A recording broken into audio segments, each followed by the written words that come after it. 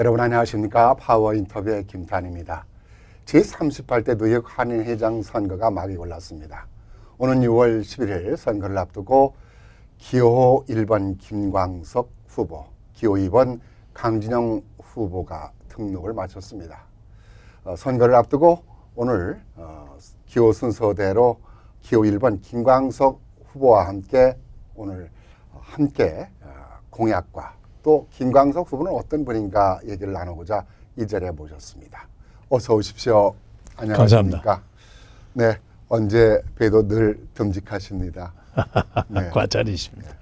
오늘은 이제 뉴욕 한인회장 38대 뉴욕 한인회장 후보에 등록을 하셨어요. 네, 그래서 오늘은 김광석 후보는 어떤 분인가, 또 어떤 마음을 가지고 한인회를 운영할 수 있을 것인가, 또 어떤 공약을 가지고 계신가에 대해서 좀 오피셜하게 얘기를 나누고자 오늘 바쁘신데 함께 제가 자리를 좀 모셨습니다. 이렇게 시간 내주셔서 감사합니다. 네, 저희 방송에서도 이제 복지 칼럼을 늘 하셔서 우리 동포들에게는 뭐 늘 익숙한 얼굴이라 생각합니다. 개인적으로는 어떤 분인지 좀 아시는 분은 아시겠습니다만은 제가 좀 몇 개 여쭤보겠습니다. 고향이 어디세요? 저는 그 경기도 안성에서 태어났습니다. 네, 몇 년도에 미국 오셨어요? 제가 1984년도에 왔습니다. 한국에서 중앙대학교에서 사회복지학 전공하고 네, 84년도에 캘리포니아를 와서 86년도에 컬럼비아 대학원에서 사회사업을 하고 네, 한인사에서 일하는 것이 참 보람이 있겠다. 네. 그래서 제가 처음 한인사에 접한 게 대뉴욕주 한인상록회예요. 아, 그러셨군요. 거기서 잠깐 있다가 KCS 사무총장으로 잠깐 한 3년 일하다가 좀 시하고 접촉하는 게 많이 좀 필요하다 그래서 시로 제가 뉴욕시 노인국에 네. 근무를 한 1년 하는데 한때 또 뉴욕시 공무원이셨군요. 잠시 그랬습니다. 네네. 근데 KCS 계속 전화를 하시는 거예요. 다시 돌아와야 되겠다. 그래서 다시 돌아갔습니다. 게다가 이제 프로그램 많이 개발하고 그러다가 네. 전체적으로 한 30년 정도 일을 했네요. 제가 그런 일이 있습니다. KCS는 뭐 우리 동포들이 너무나 잘 알고 있는 회관인데 잠시 후에 얘기하도록 하고 이제 자녀분도 계시죠? 저는 딸을 둘 뒀습니다. 딸딸이 아빠시네요. 이제 성장했고. 네. 네. 그 딸 중에 한 자녀분이 웨스트 포인트 육군 사관학교를 나온 것으로 알고 있는데. 예, 제 작은 아이가 네. 2013년도에 웨스트포인트 졸업하고 네. 벌써 10년 됐네요. 이제 모교에서 지금 강사 교관으로 웨스트 포인트요. 한 소령을 진급해서 지금 네. 열심히 복무하고 있습니다. 자랑스럽겠네요. 그래도 나라를 그 아이에게는 좀 특이한 건 있어요. 그 언더 때 그 코넬에 있는 호텔 경영학과를 했는데 네. 거기를 이제 같이 애드미션을 받았는데 저 2년 동안 계속 이제 편지가 오겠느냐 근데 나는 아무래도 그 국가의 디펜스 그런 게 더 흥미가 있고 그런 쪽으로 계속. 그러니까 부모님의 권유보다는 본인 스스로 희망을 했군요. 저희는 그 권유보다는 이제 생각은 같이 나누는. 했지요. 그랬더니 결국 선택은 아들도 아니고 딸이 군인이 된다라는 것은 부모로서 허락하기가 쉽지 않은 부분이기도 해요. 사실은요. 허락의 문제가 아니고 본인이 갖고 있던 어떤 인생관, 국가관이 좀 더 중요했던 것 같아요. 네. 뭐 참 그 딸이 자랑스럽고 또 다른 아빠가 자랑스럽지 않을까라는 근데 생각이 이제 듭니다. 뉴욕에 와서 커뮤니티에 일을 많이 하더라고요. 네. 소셜 워커, 이제 사회복지 사업을 일을 하셨잖아요. 왜 소셜 워커라는 직업을 하시게 됐는지 본래 꿈은 무엇이었어요? 저는 누구든 젊을 때 방황을 많이 하는데 네. 세상에 대해서 얘기하고 본인에 대해서 얘기하지 않습니까? 근데 사람이 병이 나면은 의사를 찾습니다. 네. 정신적인 병이 있으면은 종교를 찾고, 근데 개인 사회적인 병은 어디 가서 찾는가? 그런 고민할 때 그 당시만 해도 그 소셜웍이라는 것은 그렇게 일반적인 게 아니었어요. 근데 그렇죠. 무엇을 할까 보니까는 이 소셜웍, 사회복지라는 게 있더라고요. 그것을 보니까 아, 개인과 사회가 문제가 있을 때는 어떠한 일을 하더라. 그게 계기가 됐습니다. 그래서 이제 하다 보니까 더 공부를 하게 됐고. 동포 사회에서는 어른들 사회에서는 그 소셜 워커라고 하는 사회복지 사업가를 통하지 않고는 어떤 일을 하기가 쉽지 않은 것 같아요. 그런 면에서 많은 역할을 하셨는데 그것이 바로 KCS가 중심이 아니었나 생각이 돼요. 많은 단체들이 있었죠. 근데 이제 네. 저희가 정부 간추력을 이렇게 하고 그런 것은 이제 처음이었으니까 그런 걸 하면서 다른 단체들도 같이 하고 그러면서 같이 이렇게 컸죠. 네. KCS에서 몇 년, 30년 계셨다고 계셨나요? 정확히 한 29년이에요. 29년. 2년은 시에 가서 있는 바람에 KCS에서 이런 그 업적을 좀 한 두 가지만 자랑해 주시면 업적이라 어떤 그러면 게 뭐 있을까요? 부끄러운 거고요. 이제 세 가지의 오늘은 뭐 겸손보다는 좀 자랑을 하는 시간이니까. 세 가지의 목적을 했어요. 그 당시만 해도 선배님들이 참 고생하셨는데 좀 더 그 뭐랄까 컴피티티브한 그 소셜 서비스 에이전시 그러니까 전문적인 그런 에이전시가 외국 기관들하고도 좀 경쟁할 수 있는 뭐 그런 에이전시가 당시 없어서 기왕이면 내가 이 일을 해야 되겠다 하는데 세 가지 목적을 두었어요. 하나는 어떻게든지 프로그램을 많이 만들어서 한인사회 문제점들을 개발하자. 하다 보니까 하루에 한 1,200~300명 이렇게 서비스하게 되더라고요. 여러 가지 프로그램이 한 6군데서 이루어지면서. 그러다 보니 두 번째는 우리 커뮤니티가 적어도 한 1,000명 정도는 모일 수 있는 센터가 있어야 되겠다.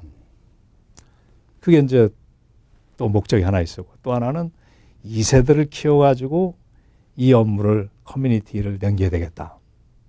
저는 그 세 가지 일들이 10년이면 될 줄 알았어요. 근데 네. 30년이 걸리더라고요. 네. 30년 정도 되니까 이제 세 가지 목표가 어느 정도 이루어지고 제가 2세를 한 9년 정도 같이 책상을 놓고 그 일을 다 같이 보면서 했어요. 이제 어느 정도 이제 건물도 안정이 구입되고 수리비도 안정돼서 이제는 제가 끝내는 것보다는 2세들의 리더십이 이제 개발돼야 되니까 이제 이 사람들이 나타나야 될 시기다. 그래서 제가 이제 2018년 12월 달에 제가 이제 떠났고 뭐 그대로 열심히들 해서 KCS가 계속 성장하고 있습니다. 1,000만 불에 넘는 건물을 구입하시느라 참 고생 많으셨습니다. 아니 저만하게 저는 네. 아무것도 아니고요. 물론 이제 많은 많은 스태프분들이 백년기획위원회 뭐 네.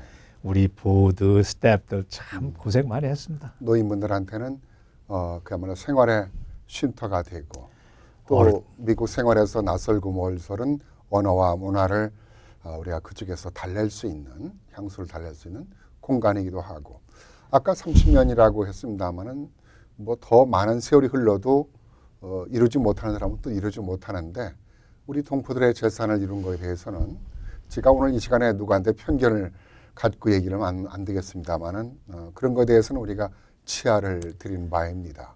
어르신들도 참 네. 많이 고생하셨어요. 거의 그랜트를 커뮤니티가. 얼마 정도나 받았나요? 어떤 그랜트요? KCS가 정부로부터. 프로그램 그랜트가 네, 있고 네. 그 퍼실리티 그랜트가 있고 네. 그래서 이제 프로그램에 대한 그랜트는 이제 계속적으로 이렇게 더 키워왔어요. 네. 그래서 뭐 밀리언에서 2 밀리언, 3 밀리언, 4 밀리언 이렇게 올라가고 이 퍼실리티 앤 그랜트는 액퀴지션 살 때 그랜트가 있고 그 레노베이션 그랜트가 있잖아요. 네. 근데 저희는 처음에 그 했기 때문에 액퀴지션 살 때 돈은 못 받았고 네. 그 리페어하는 거, 레노베이션 하는 코스는 수리요. 네. 그거는 뭐 6 밀리언 정도 네. 제가 그 시큐한 적은 있어요. 네, 알겠습니다. 자, 이제 그러면 이제 본격적으로 한인사에 대한 생각에 대해서 그리고 한인회에 대한 역할과 한인회관에 대한 문제점을 해결하는 얘기에 대해서 어떤 생각을 가지고 계신지 제가 간략하게 여쭤보도록 하겠습니다. 한인 동포들이 겪고 있는 어려움은 어떤 어려움이 있다라고 혹시 생각해 보신 적 있으세요?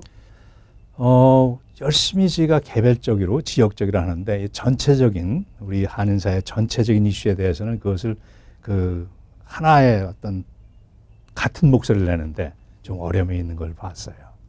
같은 목소리를 내는데 어려움이 있다. 좀 그런 데는 좀 힘이 좀 부족하지 않느냐. 그럼 그런 부분을 같은 목소리를 내기 위해서는 어떤 우리가 변화를 좀 준비해야 된다고 생각하세요? 저는 한인회의 중요성을 알고 있습니다. 네. 각 지역에도 한인회가 있고 네. 그것이 또 리전별로 묶어서 한인회가 있고 또 전체 총련도 이루어지는데 아주 좋은 조직이죠. 근데 이 그 전체적으로 구성은 돼 있는데 아주 그것이 끈끈하게 업무의 지속성이 아니면 그것이 어떤 그래스루트에서 올라가는 그러한 의견의 그 총합이 이루어지지 않지 않느냐. 그것이 좀 부족하지 않느냐 그런 생각을 그런 하죠. 부분들에 대한 변화가 필요하다. 그래야만이 해결이 이제 갈 수 있다라는 변화를 갈 수 있다는 생각인데, 네, 다음 제가 좀 질문 하나 여쭤보도록 하겠습니다.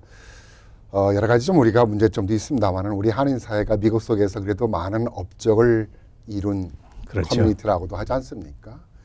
그런 업적에 대해서 우리 이민사회 업적에 대해서 한 가지 말씀해 주실 게 있다면 어떤 게 있다고 생각하시는지요? 우리는 부지런하더라고요. 네. 부지런하고 독립적이고 그러한 어떤 강점이 있습니다. 그러니까 빨리빨리라는 것이 네. 그 부정적인 건 아니라 우리가 빨리빨리의 문화를 이 땅에다가 세우긴 했어요. 근데 너무 빨리 오다 보니까 성실한 문화. 이 정체성이 좀 흔들려요. 네. 그런 것들은 좀 염려적이지만 긍정적인 데서는 열심히 그래도 힘을 내서 살았다. 그런 것은 큰 업적이라고 봅니다. 엎어지고 젖혀지면서 이렇게 우리가 그래도 이민사가 나름대로는 잘 우리가 흘러오고 있지 않습니까? 그렇습니다. 그래도 가야 할 길이 많이 있죠. 어떤 방향으로 좀 우리가 준비를 해야 된다라고 생각하세요? 큰 그림으로 보면은 우리 1세들이 해야 될 일 중에 좀 덜한 게 있는 것 같아요. 아까 말씀드렸듯이 어떻게 지역사를 하나로 엮고 또 그 이렇게 리저널한 동부 성부 이렇게 엮고 그다음에 미국 전체를 엮는 이런 과정들 그런 것이 조금 더 신경을 써야 되지 않겠는가. 네. 그래서 제가 다른 커뮤니티를 보니까 그 유태인 주이시 커뮤니티 쪽에서는 그런 것이 좀 잘 돼 있더라고요. 그 이사회 조직을 통해서 쭉쭉쭉 올라가는 것도 있고 회장도 거기 있습니다만 좀 디퍼런 시스템이죠. 네. 아 저런 건 좀 배워야 되겠다. 그것이 우리가 좀 어답트할 건 어답트하고 우리 장점을 또 살리고 그렇다면은 우리가 이제 이민 2세로 이제 3세로 넘어가고 그럴 때 아 요점만 보강하면은 상당히 좋은 어떻게 우리가 좋은 어떤 기반을 남겨주는 결정적인 시기가 아니냐 그런 생각을 합니다. 네. 이제 한인회의 역할에 대해서 한번 좀 여쭤보도록 하겠습니다. 한인회 뭐 역사적으로는 60년이 넘었습니다만은 한인회 역할이 잘 하고 있느냐 못 하고 있느냐 뭐 거기에 대한 뭐 호불호가 많이 있습니다만은 김광석 후보께서는 한인회가 해야 될 역할은 뭐라고 생각을 하시는지요? 한인회 열심히 하셨어요. 네. 그리고 참 그 어려움 속에서도 이제까지 하신 분들은 참 감사하고 존경을 표합니다. 아, 이제까지 하면서도 많은 시스템의 변화와 그 새로운 시도를 많이 하셨죠. 근데 제가 볼 때 한인회의 성격이 약간 좀 조정이 정확히 나와야 될 것 같아요. 이게 분명하지가 않다. 봉사단체냐, 네. 정치단체냐, 아하. 아니면 두 가지를 다 할 것이냐. 물론 두 가지를 다 해야 되겠죠. 그러면 어떠한 기술을, 어떠한 테크닉을 가져서 이것을 두 가지 다 할 수 있겠느냐. 그런 명료한 어떤 데피니션과 방법론에서 좀 약해요. 네. 그래서 그런 점은 이제 우리가 이제까지 고생했지만 수정 보완하면 봉사의 역할도 할 수 있고 정책 역할을 할 수 있는 그러한 그 토대를 만들어 놓고 또 수정 보완하게 되면은 여러 가지 이제 대민봉사라든지 기존에 있던 네트워크를 갖다가 어떻게 형성해서 이용해서 드린다든지 네. 아니면 대정부에 대한 그 커넥션을 어떻게 개발할 것이냐.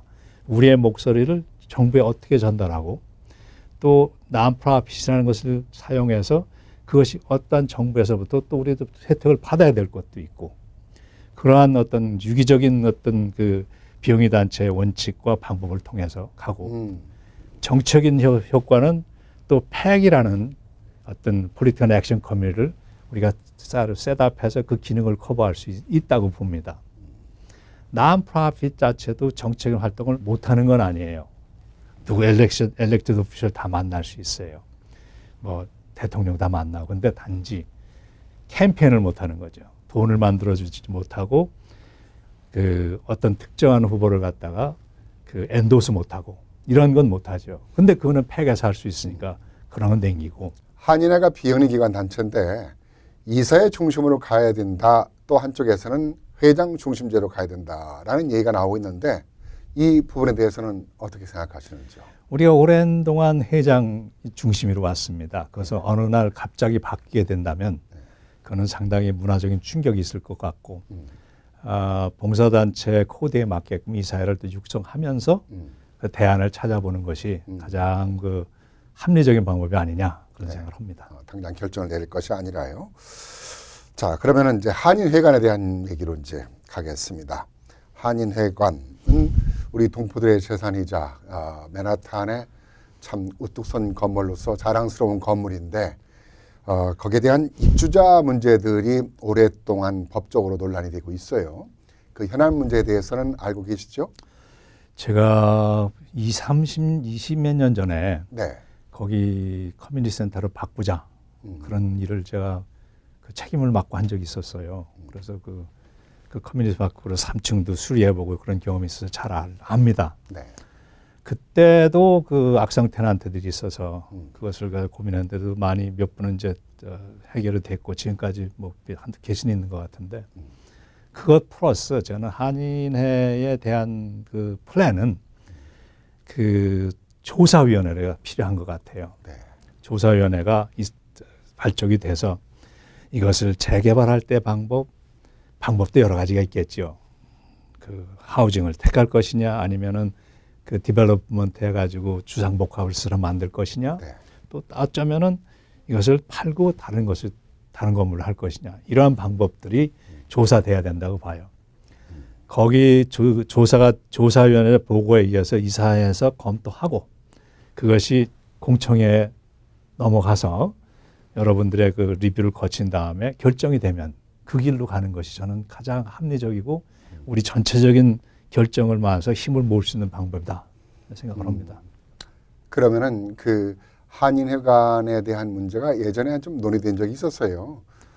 그 건물이 수천만 불에 이르는 건물을 현실성 없이 우리 동포들이 제대로 사용하지 못하고 있다. 그래서 현실성 있게 그것을 매매를 해서 우리가 다른 곳에 그 돈으로 회관을 건설을 하자라는 얘기도 있었고요. 그것을 개보수해서 그 상징성이 중요하기 때문에 맨하탄에 그대로 그것을 개발하는 쪽이 낫지 않겠냐라는 의견이 있었거든요. 예. 그러면 후자 얘기가 되겠네요. 우리 김광석 후보께서는. 이거는 개인적인 의견이 아니라 네. 어떤 커미티 하나의 소위원회 아니면 그 아까도 말씀드렸지만 그 한인회관 재건축이든지 그 대책위원회가 있어서 네.